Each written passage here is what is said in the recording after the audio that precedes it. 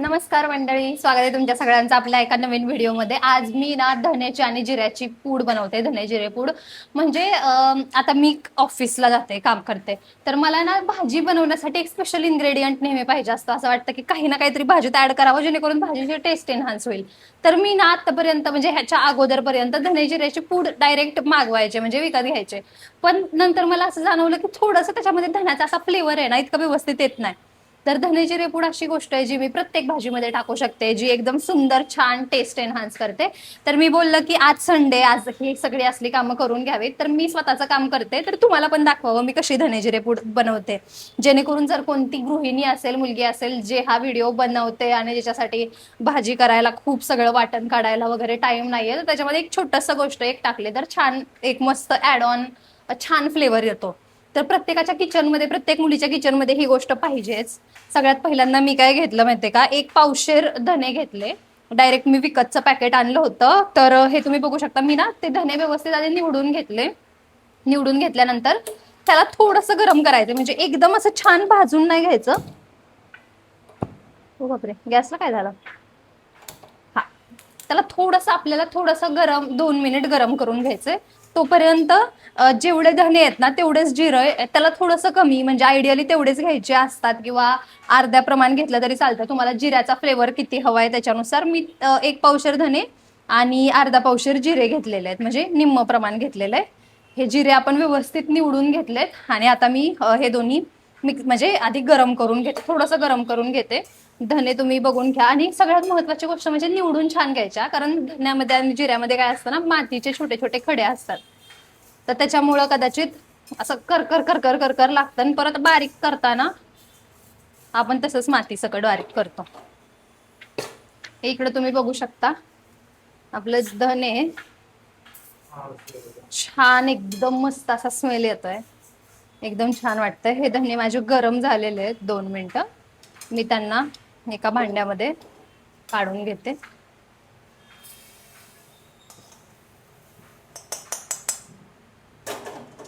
आता एका वेगळ्या भांड्यामध्ये जिरं, जे मी व्यवस्थित हे करून घेतलेलं, काय बोलतात, निवडून घेतलेलं, पाकडून घेतलेलं, ते जिरं आपण थोडंसं गरम करून घेऊयात। एकदम खरपूस म्हणजे नाही का असं करपल असं भाजायचं नाही, कमी गॅसवर एकदम व्यवस्थित भाजायचं। हे शेजारी तीळ आहेत, एक आमच्या रिलेटिव्ह करून आले होते आम्हाला, तर हे तीळ पण मी थोडेसे भाजून घेते, कारण आपल्याला नेहमी नेहमी तिळाचा यूज करणं होत नाही ना। तर मग भाजून ठेवले की थोडेसे जास्त दिवस टिकतील। म्हणजे हे तीळ मी ऑलरेडी धने आणि जिऱ्याच्या अगोदरच मी त्यांना भाजून थोडंसं गरम करून घेतलेलं आहे, जेणेकरून हे टिकावेत चांगले।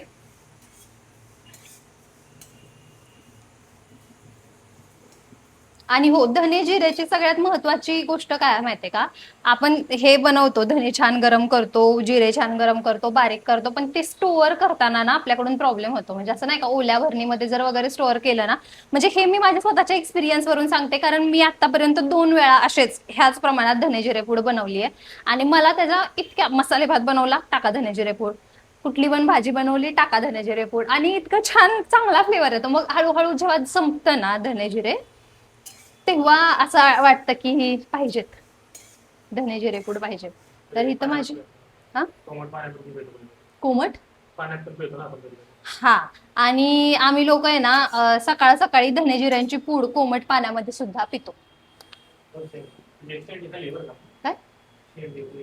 ठीक आहे, चालतंय। ही माझ्याकडे भरणी आहे, याच्यामध्ये हळद होती, मी ती हळद आता वेगळ्या ह्याच्यामध्ये काढून ठेवते। ही भरणी माझ्याकडे स्वच्छ धुतलेली आहे। जर तुमच्याकडे काचेची भरणी असेल तर वेल अँड गुड। तर ही मी भरणी स्वच्छ धुवून घेतलेली आहे, त्या भरणीमध्ये आपण ही पेस्ट पूड काढणार आहे। जिरे पण जिरे अजून थोडेसे हे, म्हणजे आपण नाही का हात लावल्यावरती आपल्याला जाणवतं ना की अशा सादळल्यासारखं, तसं आहे। थोडंसं अजून त्याला कडक होऊ द्यात।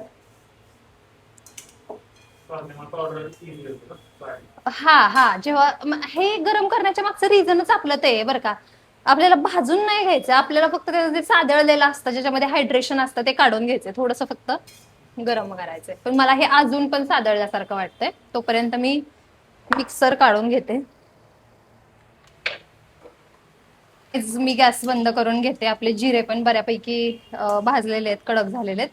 मी आता धने आणि जिरे एकत्रच काढून घेते. ह्याला आपण थोडंसं थंड होऊन देऊ. एकदम गरम गरम मग ते मिक्सरच्या भांड्याला नाही का हे होतं, जास्त वेळ नाही लागणार थंड व्हायला. मी इकडं मिक्सरचं भांडं घेतलंय, व्यवस्थित त्याला स्वच्छ धुवून आणि पुसून ठेवलंय. आता हे आपण बारीक करून घेऊयात. थोडंसं 2 मिनिटं थंड होऊन देऊयात आणि मग बारीक करून घेऊयात.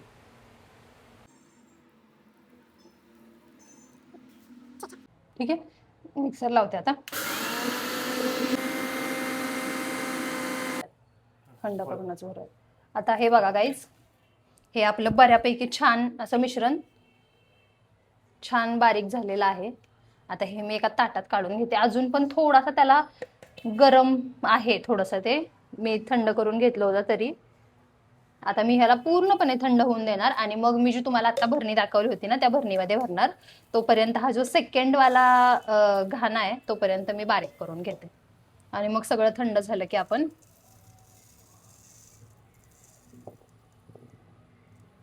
बरं.